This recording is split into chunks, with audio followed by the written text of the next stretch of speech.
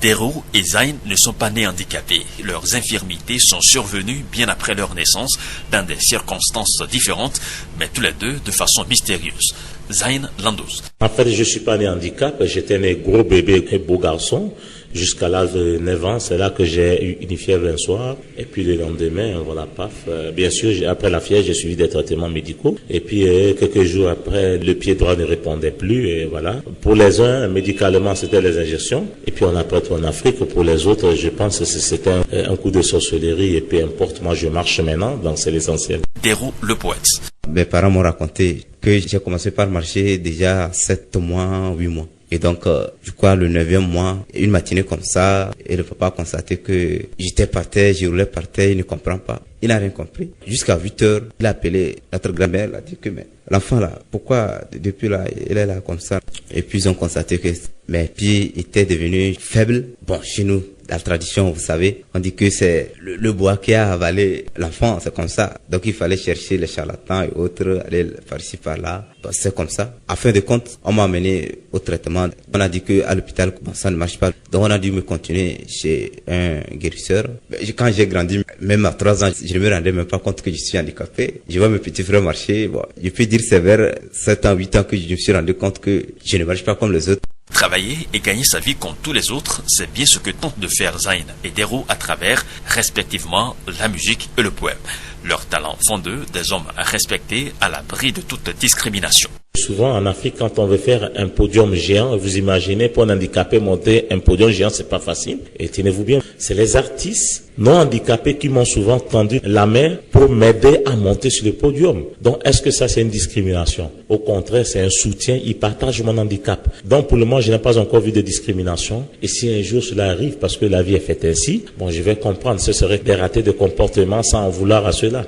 Quand nous nous rencontrons dans les réunions, mais quand moi je prends la parole, la salle est calme, tout le monde écoute. Je ne peux pas dire que c'est moi qui prenne toujours les meilleures décisions, mais quand même, les décisions que je prenne, on tient toujours ça en compte. Et par contre, il y a d'autres qui sont là, ils parlent, bon, excusez-moi, c'est-à-dire on ne les écoute pas comme moi. Pourtant, moi je suis handicapé. Beaucoup se demandent si un handicapé peut réellement vivre de son art. Zayn et Dero nous disent oui à condition de s'y mettre à fond dans son travail comme tout artiste. L'handicapé peut vivre de son art parce que quand on parle d'handicap souvent, soit c'est le pied qui ne répond pas, soit c'est les mains qui ne répondent pas, soit c'est les yeux qu'on a perdus, soit c'est l'audition, les oreilles qui ne répondent pas. Mais tout art, quand on parle la musique, quand on parle la peinture, c'est des œuvres de l'esprit. Une fois que l'esprit n'est pas atteint, que c'est le physique, une partie du physique qui est atteint, je pense que toutes les œuvres de l'esprit peuvent mener à bien et puis répondre si l'artiste y veut. Tisimbe zosa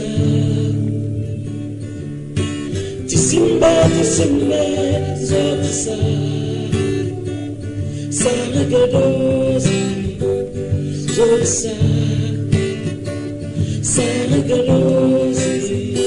zosa. Bien sûr que si fait un bon art qui intéresse les gens, il peut vivre de son art. Pas à moi j'écris. Actuellement les gens me réclament, dire il faut éditer tes recueils. Et nous on a envie de te lire, mais pour le moment je n'ai pas de moyens pour le faire. C'est-à-dire que l'art d'un handicapé n'est pas différent de l'art d'un valide. Donc d'une manière ou d'une autre, on peut vivre de son art. Mais je vous assure que actuellement je n'ai pas commencé par vivre de mon art, mais j'ai l'espoir. Je me ferai combattant de la haine et de la peine. Je me ferai combattant contre les sources sanguines intarissables. Oui, je serai guerrier pour neutraliser les abattoirs humains. Je ferai la guerre contre la malentente et la mésentente. Je ferai la guerre contre l'incompréhension et la corruption, source de l'enfer terrestre.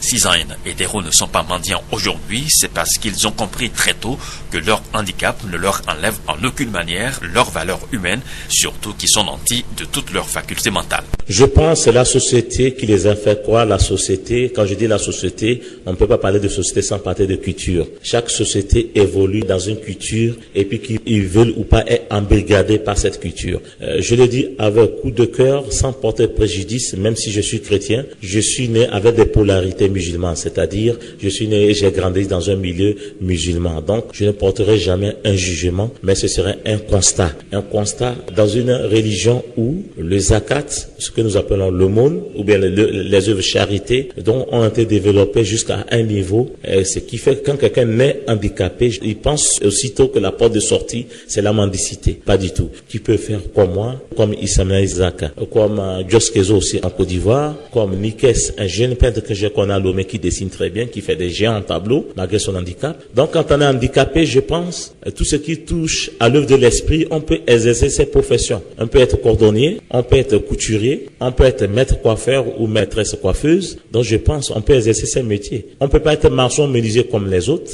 On peut faire aussi l'informatique. Donc on peut être maintenancier et puis j'en passe. Voilà.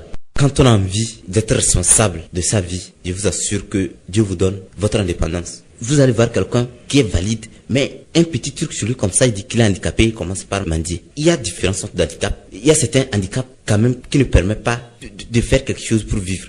Mais je dirais aussi que c'est parce qu'il n'y a pas de l'imagination. Quand réellement on imagine et on veut être indépendant, franchement, on peut s'en sortir de ses propres efforts. Quand bien même que c'est pas aussi facile. Moi qui suis ici, je mendie. Ben je sais de quelle façon mendier. Je mendie juste pour être indépendant demain. Je ne mendie pas pour toujours mendier. Par exemple, j'ai parlé de mes poèmes que j'ai écrits, que je veux éditer. Mais il faut que j'aille demander de l'aide auprès des gens pour pouvoir éditer mes livres. Et si ça réussit, on achète. Je commence par vivre de mes œuvres. Quand on veut être indépendant, je vous assure, je le répète, Dieu vous donne votre indépendance.